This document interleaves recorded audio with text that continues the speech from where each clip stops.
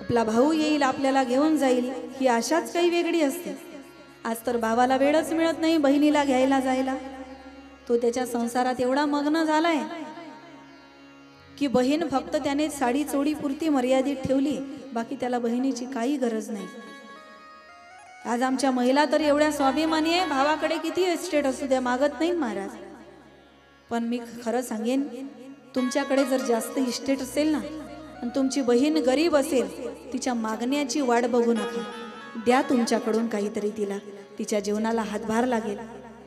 गरीब आहे मागत नाही, स्वाभिमानी आहे, पण कर्तव्य आहे। मोठा भाऊ हा बापाच्या ठिकाणी असतो।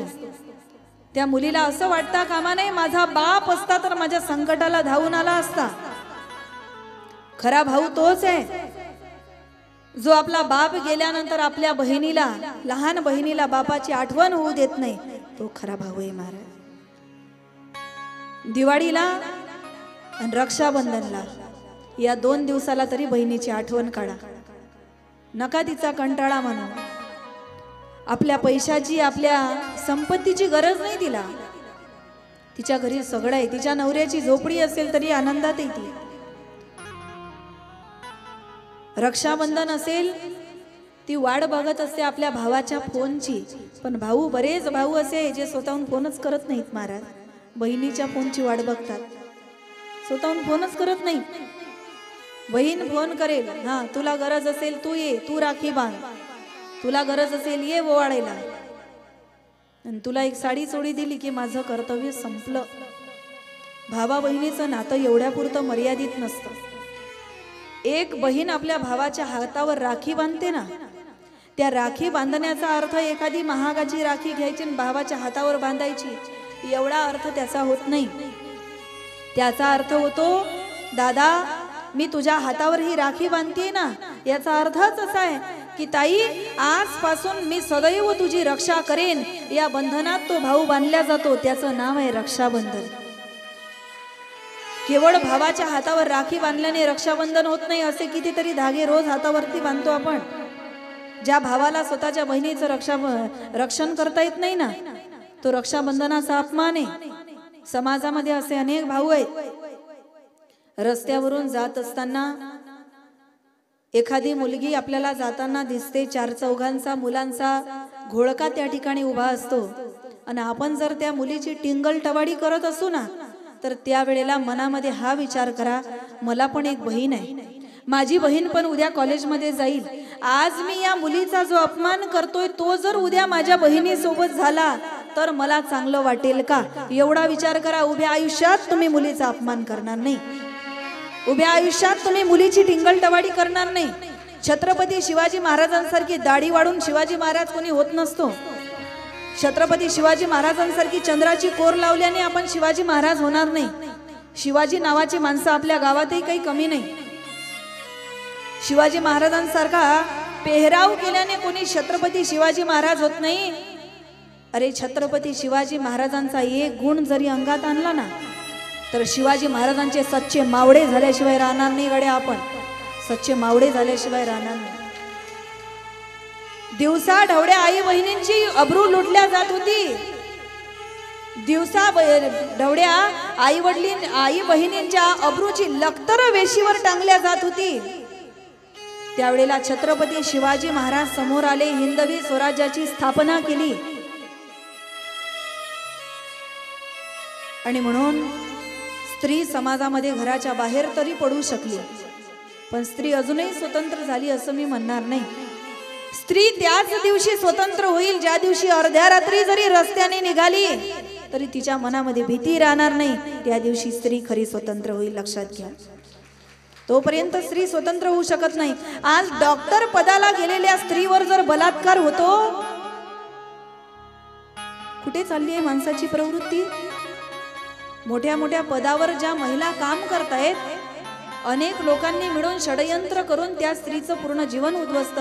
त्या मायबापाने काय स्वप्न नसेल पाहिली आपल्या मुलीविषयी? मध्यरात्री मुलीवर बलात्कार झाला आणि काय विचित्र विचित्र अवस्था तिची केली, घटना डोळ्यासमोरची आपल्या। म्हणून या समाजामध्ये माझे अनेक बंधू, अनेक भाऊराया या ठिकाणी बसले असेल, तुम्हाला एवढीच विनंती असेल माझी, आणि तुम्हाला पण एक विनंती असेल, रक्षाबंधनाला भावाला राखी बांधाल ना, तुमचा भाऊ तुम्हाला विचारेल ताई तुला काय गिफ्ट देऊ, त्याला सांगा साडी सोडी गाडी गोडी सगळं आहे माझ्या घरी, गरज नाही मला याची.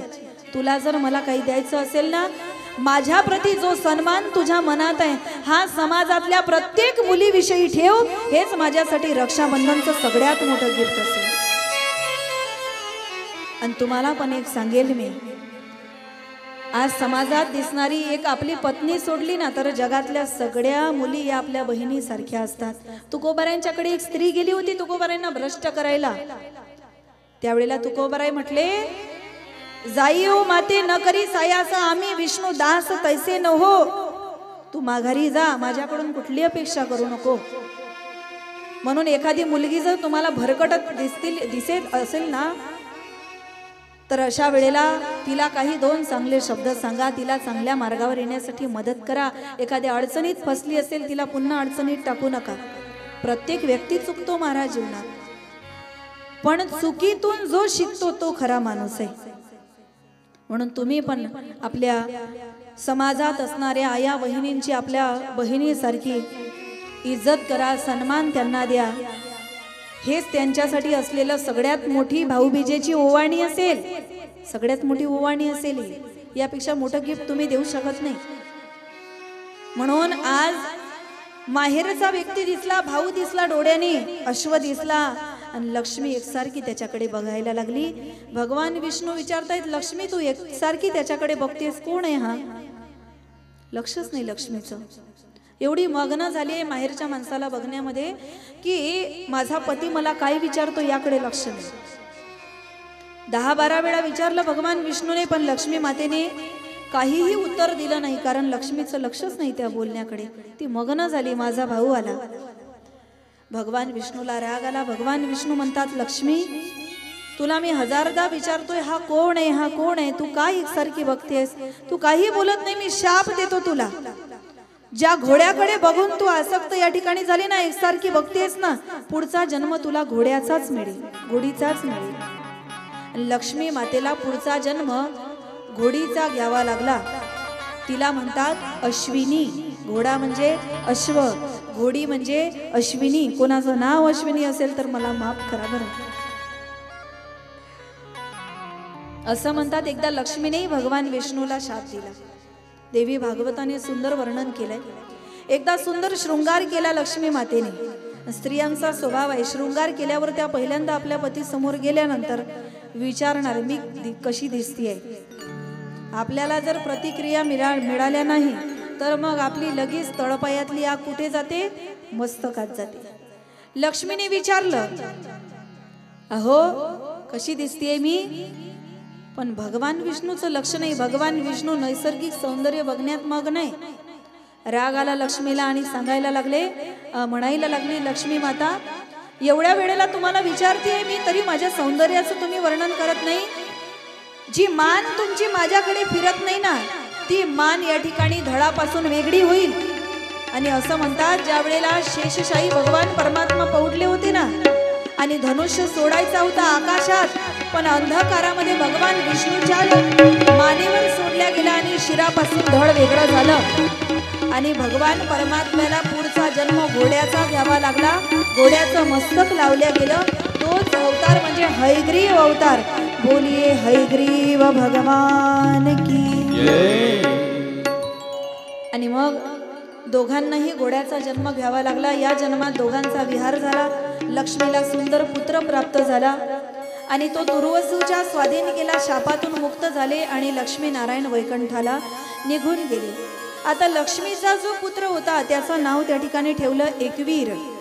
आणि त्या एकवीरचा सांभाळ त्या ठिकाणी तुर्वसू करायला लागले. मोठा झाला एकवीर, राज्यपद त्याला मिळालं.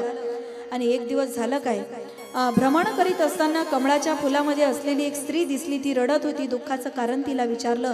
तिने सांगितलं, माझी एक मैत्रीण आहे आणि तिला तो राक्षस कालकेतू त्या ठिकाणी घेऊन गेलाय. तिचं नाव आहे एकावली आणि म्हणून तुम्ही काही करा पण तिला सोडवा. ज्या वेळेला विचारलं, तुम्ही या ठिकाणी वाट कोणाची बघताय, ती सांगायला लागली, मला माझ्या गुरु महाराजांनी एक मंत्र दिलेला आहे. यांनी सांगितलं, तू या कमळाच्या फुलामध्ये बस, या ठिकाणी हय हय नावाचा एक राजा येईल. हा एकवीर म्हणजेच याचं दुसरं एक नाव आहे हय हय. हय हय नावाचा एक राजा येईल, तो तुझ्याशी संवाद साधेल आणि तोच तुझ्या मैत्रिणीचा पती होईल. म्हणून तू कोण आहेस? तेव्हा तो सांगायला लागला, अगं मीच आहे हय हय, माझं नाव एकवीर आहे पण मला हय हय म्हणतात. मग त्या ठिकाणी गेला, कालकेतूला मारलं, त्या ठिकाणी तिची सोडवणूक केली. जरी कळालं होतं की हिचा विवाह माझ्याबरोबर होणार आहे, पण पहिल्यांदा तिला तिच्या बापाच्या स्वाधीन केलं. आणि मग तिच्या बापाने त्या एकावलीचा विवाह त्या एकवीर बरोबर त्या ठिकाणी लावून दिला. असं म्हणतात, युद्ध करत असताना तो कालकेतू अंगावर एवढा धावून आला होता की याला तलवार मारायला निघाला होता. त्यावेळेला आदिशक्ती भगवती जगदंबेचा लख प्रकाश त्या ठिकाणी पडला आणि ती जगदंबा प्रकट होऊन त्या कालकेतूचा वध केला, एकवीरला वाचवलं. आणि एकवीरला वाचवल्यामुळे ही आदिशक्ती भगवती जगदंबा एकवीरा नावाने प्रसिद्ध झाली. बोलिये एकवीरा माता की जय. आणि मोठ्या महाभाग्याने सद्भाग्याने अमरावती या ठिकाणी एकवीरा मातेचं मंदिर आहे. मी तिथली कथा तुम्हाला सांगेन. बघा, असं म्हणतात पूर्वी अमरावतीमध्ये एकच मंदिर होतं एकवीरा देवीचं. आणि जनार्दन स्वामी महाराज त्या ठिकाणी एवढे त्यांचे भक्त होते एकवीरा देवीचे, एवढे भक्त होते की रोज देवीला नैवेद्य केल्याशिवाय जेवण करायचे नाही. एक दिवस झालं काय, त्या नदीला एवढा पूर आला की जनार्दन स्वामी ती नदी ओलांडून, नदी म्हणजे एक नालाच होता, तो नाला ओलांडून त्या ठिकाणी मंदिरामध्ये जाऊ शकत नव्हते, एवढा पूर त्या ठिकाणी आला. पण जनार्दन स्वामी हट्ट घेऊन बसले की जोपर्यंत मला आदिशक्ती भगवती जगदंबा दर्शन देणार नाही तोपर्यंत मी अन्नाचा एक कणही खाणार नाही. आता सकाळपासून परीक्षा पाहिली पण जनार्दन स्वामींनी पाणी सुद्धा ग्रहण केलं नाही. शेवटी त्या एकवीरा देवीला दया आली आणि नदी ओलांडून, तो नाला ओलांडून ती अलीकडच्या काठाला येऊन बसली. तिथे तिचं दुसरं मंदिर तयार झालं, तेच म्हणजे अंबा देवीचं. बोलिये अंबा माता की जय. म्हणून आज जर तुम्ही भविष्यात कधी अमरावतीला आलात ना, तर दोन मंदिर देवीचे एकाच ठिकाणी आहे. इकडे एकवीरा आहे, मधात नाला आहे, आता तो बुजवलेला आहे, आता सर्व व्यवस्थित झालंय. आणि इकडच्या बाजूला अंबा देवीचं देवस्थान आहे. एकाच ठिकाणी दोन देवी आहे, म्हणून एकवीरच्या नावाने प्रसिद्ध झाली ती एकवीरा माता.